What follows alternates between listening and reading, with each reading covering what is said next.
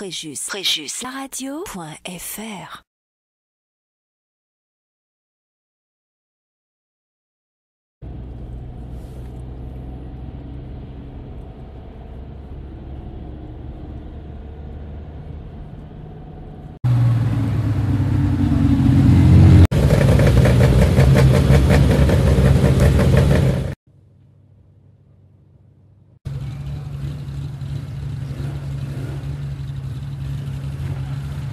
Jean-Charles, bonsoir. Bonsoir. Nous sommes samedi.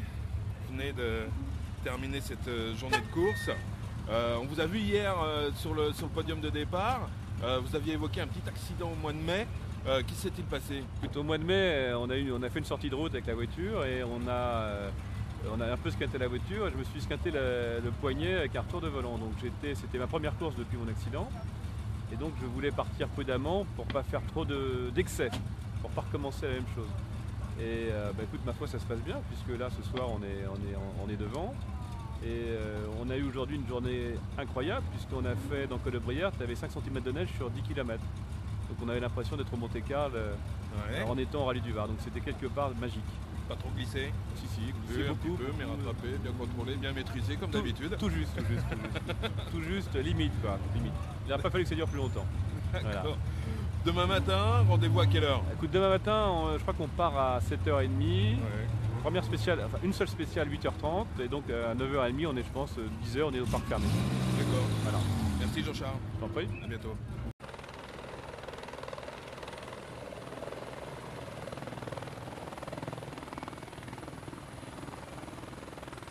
Bien, bonsoir à tous, merci de nous rejoindre pour assister à l'arrivée de la deuxième étape de cette dernière manche du championnat de France des rallyes 2010, le Rallye du Var. Un rallye fidèle à sa réputation, un rallye compliqué avec des météos, avec des conditions météorologiques changeantes qui ont perturbé suffisamment certains concurrents tout au long de la journée. Et dans quelques minutes maintenant, à 18h35 exactement, l'arrivée du premier concurrent. Vous avez pu assister à l'arrivée, au passage sur ce podium des voitures ouvreuses. Dans quelques instants, c'est la Mégane RS-N4 pilotée par le champion de France des rallyes en titre, Guillaume Canivan, qui va venir nous rejoindre sur ce podium. Et puis à partir de 18h35, nous recevrons les concurrents encore en course après cette deuxième étape.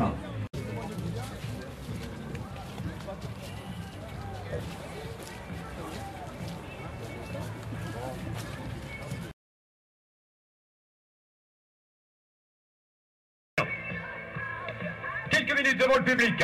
Sébastien Ogier, Julien Ingracia. Alors Sébastien, on en termine ce soir en 7e position, toujours 2e dans le groupe derrière Manu Guillou. Comment ça s'est passé pour vous cette fin de journée? Pas trop mal, toujours un petit peu les mêmes soucis récurrents de frein et on a réussi quand même à limiter un peu plus la casse dans les conditions humides, mais c'est vrai que c'est encore un petit peu le point noir de la voiture.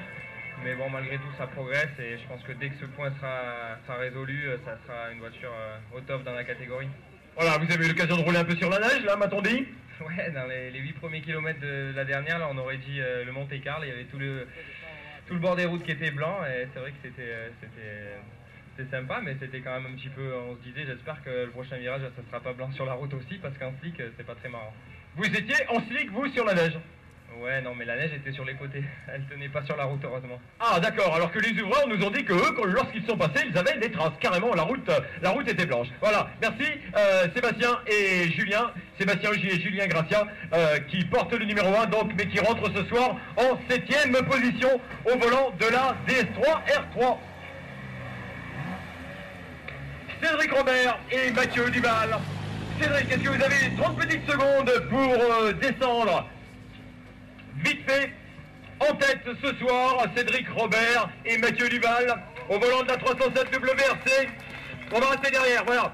Ça sera beaucoup plus facile pour remonter. Bon, vous avez encore accentué un peu votre avance sur Brice Tiravati. Une avance qui est de 1 minute 22 secondes et 1 dixième maintenant. Oui, bah c'est vrai qu'on a pris beaucoup de plaisir sur cette fin de journée. Les temps ont été là et puis voilà. Maintenant on regarde un peu plus dans nos rétros qu'on regarde devant la route. Mais bon, on verra. Demain il reste encore 3 spéciales. Nous on se fait plaisir, la voiture marche bien, donc tout va bien. Très bien, 3 longues spéciales demain, 3 spéciales compliquées, le S9 Lagarde freinée, le S10 vide au banc et le S11 Colobrière. Je peux vous dire que dès ce soir, il est hors de question de lancer des pronostics, car on sait avec l'expérience que le rallye du Var n'est jamais terminé le samedi soir. Cédric Robert et Mathieu Duval qui rentrent ce soir en tête.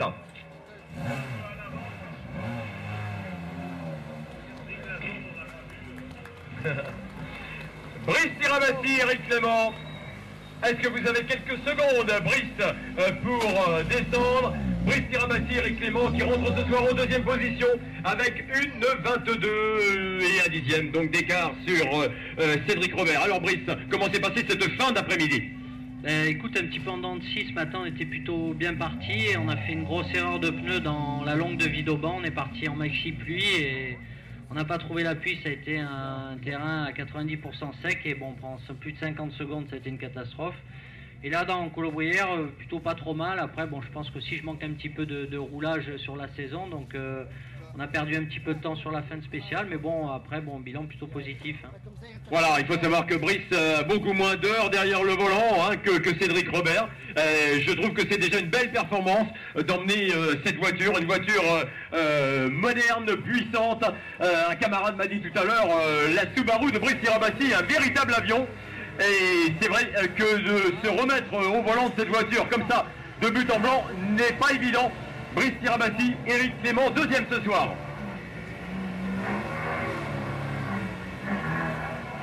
Brian Bouffier et Xavier Pansery. Brian, est-ce que vous avez quelques secondes pour attendre, vous me dites? Non, c'est pas bon. Xavier me dit que c'est pas bon. Voilà, bon, le carnet de route a été respecté, je serais tenté de dire, vous rentrez ce soir à une excellente 3e place scratch en tête de la classe, ça veut dire que vous êtes dans une position très favorable ce soir. Pour l'instant, c'est vrai que tout se passe vraiment très bien. Ma voiture marche à merveille sur les routes varoises qui sont vraiment difficiles ce week-end. Déjà, pour choisir les pneus, on a vraiment du mal parce que la météo est loin d'être prévisible. Enfin bon, pour l'instant, je suis 3e. C'est vraiment super dans l'optique du championnat. Je vais tout faire pour conserver cette 3e place demain. Mais bon, nous avons fait que les 2 tiers du rallye. Il reste encore de sacrés morceaux. Très bien, merci Brian Bouffier, Xavier Pansery, Robert Kubica et Jakub Gerbert sur la Clio Super 600. Robert, a wonderful day for you today. It has been a very good day, a very difficult day because of the weather, changeable weather conditions, and the road were sometimes damp, sometimes was snowing, sometimes was dry. So it was not easy day, but very happy to be here without problems, and we have still 3 stages to go, and then we'll be 100% happy if we can finish the rally. Voilà, Robert Kubica qui est bien évidemment très heureux d'avoir réalisé cette journée. Il a, je le rappelle, vraiment réalisé une superbe performance. Quand vous pensez qu'avec cette Clio Super 600, il y a quelques 7 ou 8 ans maintenant, il rentre ce soir en 5e position. Stéphane Sarrazin, associé à Jacques-Julien Renucci, a toutes les bonnes raisons d'être satisfait également ce soir. Il pointe en 4e position dans les roues de Brian Bouffier. C'est la position idéale, je pense, celle qu'on vous avait demandé, en tout cas, de rentrer ce soir. Ouais, ça a été une très bonne journée pour nous. On a bien attaqué, on a fait de bons choix de pneus à chaque fois, donc c'était plutôt sympa. Il n'y a que dans la dernière, on a eu un petit souci de direction assistée, là, c'était plus dur par contre, mais bon, demain on va continuer à se faire plaisir, on va attaquer et je vais essayer d'exploiter la voiture. Voilà, Stéphane Sarrazin qui a retrouvé ses réflexes au volant de cette 207 S2000. Stéphane Sarrazin qui, je rappelle, dans son autre métier, qui est pilote d'endurance, a décroché le titre en Le Mans Series, alors qu'il a remporté il y a quelques semaines les 1000 km de Zouaï. Julien Morin et Olivier Hural.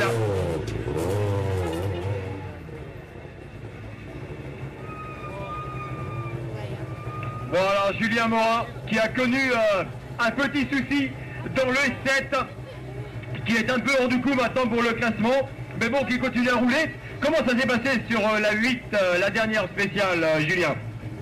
Bien, bien. Bon, bah, on n'a pas vraiment les bons pneus, donc on n'a pas trop pris de risques avec notre petite péripétie.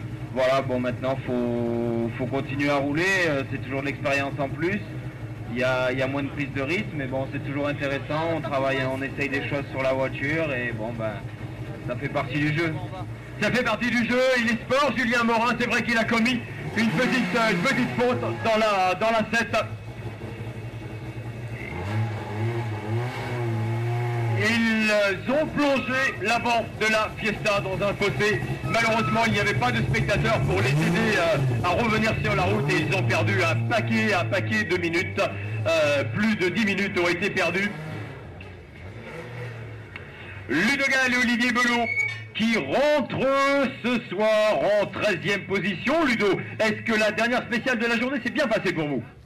Bon, ouais, un peu mieux que le reste, on va dire, parce que c'était vraiment une journée catastrophique. Donc c'est vrai que la dernière spéciale, on n'a pas eu de problème, on a roulé, on n'a pas été prendre des risques puisqu'on n'est plus on n'est plus vraiment dans la course, on n'avait plus la tête vraiment attaquée, donc on a roulé pour ramener la voiture.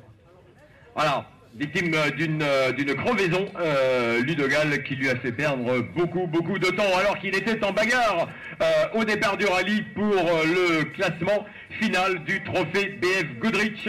Ludo Gall et Olivier Belot qui l'ont emporté à 2 reprises cette année dans ce trophée BF Goodrich.